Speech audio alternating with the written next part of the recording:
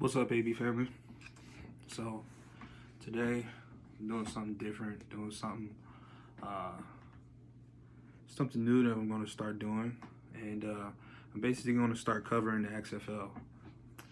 As you can see right here, playing on the screen, this guy right here, Jahcour Pearson. He's a very different kind of guy, and he basically he was in a lot of Destroying's videos, a lot of Destroying's one-on-one videos, and he kind of came up through that scene. He wasn't really, I guess, like kind of training and stuff like that, or yeah, he was training, but he wasn't really, really at that place where he was, knowing what was going to happen next. He didn't go overseas, he didn't do anything like that. And then the next thing you know, he appears in the XFL. And right now, he is the #1 receiver in the XFL as far as receiving yards is concerned, and receptions as well. So I'm just going to be breaking down some of his stats and some of the things that he's been doing so far, and also just kind of give you kind of a backstory of, how big he is, how he may be actually doing this. How is he doing this at 5 feet 9 inches, 180 pounds? He's probably one of the shorter receivers, if not the shortest receiver right now in the XFL, and he's the #1 receiver in week 2 right now in the XFL.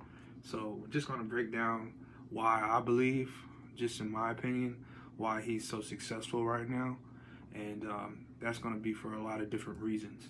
So basically, at already 5 feet 9 inches, 180 pounds, you're a guy who's shorter and smaller than everybody else on the field. In football, kind of the low man wins, and he's the low man. Basically, if he gets a matchup with a corner, or if he gets a matchup, because I've watched the games and I've watched the different formations that they've had for different, formations and different kind of looks for the defense, and he's kind of gotten, and I can tell that the Seattle Dragons offensive coordinator is just taking advantage of any mismatches that he can right now with Jahcour Pearson. And with Jahcour Pearson, the thing is, I'm starting to see that he's not only lining up on the inside, but he's also lining up on the outside. And he also, as a reporter or broadcaster, said that he also did this in college. And from what I can see right now is that he's just taking advantage of every single matchup and anywhere that he can get on the field. No matter where he is on the field, he's making plays. And here's some of his stats. So right now he has two games played. He has 16 receptions, 173 yards, 22 targets, 10.8 yards per reception, 1 touchdown, just 1. 2 receptions for 20 or more yards. 1 reception for 40 or more yards. The longest reception he had was 54 yards. And I think I actually saw that play. It was like a bomb on the sideline or something like that. Broken play. Just defense just didn't know where the hell his little ass was at, Little guy hid, didn't know where he was at. First downs that he's had for each reception he's had, 8. So if he's had 16, half of his receptions have been for first downs. You got to think about that. Half of his receptions have been for first downs. This guy's a playmaker, and his first down percentage is 36%. So that means that he's converting. So you have like 36%. You have 8 of those receptions are for first downs. A lot of these things that I'm seeing on the board are telling me about this guy, is telling me that he's really explosive, right? But not only that, but he has also a teammate who's number 2 in the league, Blake Jackson. Blake Jackson has 77 yards, 13 receptions. He's only 3 shy of him. So what that tells me is there's a lot of attention being brought off of one receiver and being put on another receiver. So the defenses are just, they don't know what to do.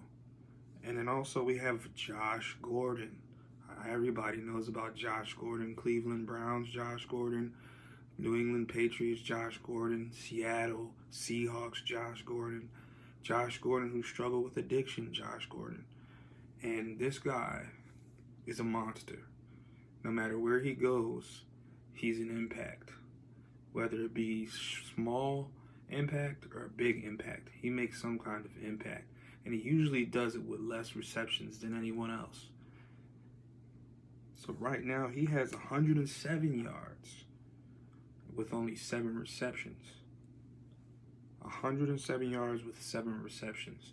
That goes to tell you that he's the big body receiver. And he is big body, don't get me wrong, but he's a receiver that's going long, that's making receptions. Each reception is long, each reception is long, and he's just taking it to the crib almost. He's a long stride guy. So that's taking a lot of attention off of Jahcour Pearson right here, and that's helping him out get into the field. And if he has any mismatches with any linebackers or anything like that, on the inside, on the outside, on the out routes, on the go routes, anything like that, he can be creative and be used in any offense because of his explosiveness and because of his height. And also his height is not only the thing, he's also a stocky guy at 190 pounds at only that height. I believe the guy's probably only about 5'6". I've seen him in a lot of Destroying's videos, and he's kind of probably not even the height that they're talking about, on the media or on the page. But he's definitely not that height. But he's a short, compact guy who's breaking tackles, who cannot be jammed because he's, low to the ground. But I have seen him get popped a couple times out there. And he does have 1 fumble under his belt right now in these stats and all of his, receptions. But it doesn't matter. He's got popped before. He's a smaller guy, yeah. But, there's big guys out there. He's moving around. He's fast. He's not really worried about it. Gotten right back up, and got back up to the next play. Small guys like that are durable. They're not going to really be prone to have something keep them down. But long story short, Jahcour Pearson, man, right now the number one receiver in the XFL. Destroying's one-on-one videos, and you should really check him out. You should really watch the XFL. Comes on ESPN Plus. I believe that this guy has a bright future. I really look at him as somebody who is just making the best out of what he has, out of his height, out of his size. And as the season goes on, of course, things will change. Of course, receivers will change. But with the receiving core that they have, with a guy who has number 2, and then they have Josh Gordon, who's probably the most notable receiver out of every single team with the most NFL, experience being big in the NFL, I think that the Seattle Sea Dragons can go very far. And I also believe that Jahcour Pearson and this whole receiving core can thrive off one another. Because when there's one guy who's taking attention off the other guy, usually from what I know from being a receiver and playing football myself, we all eat. One eats, all eat.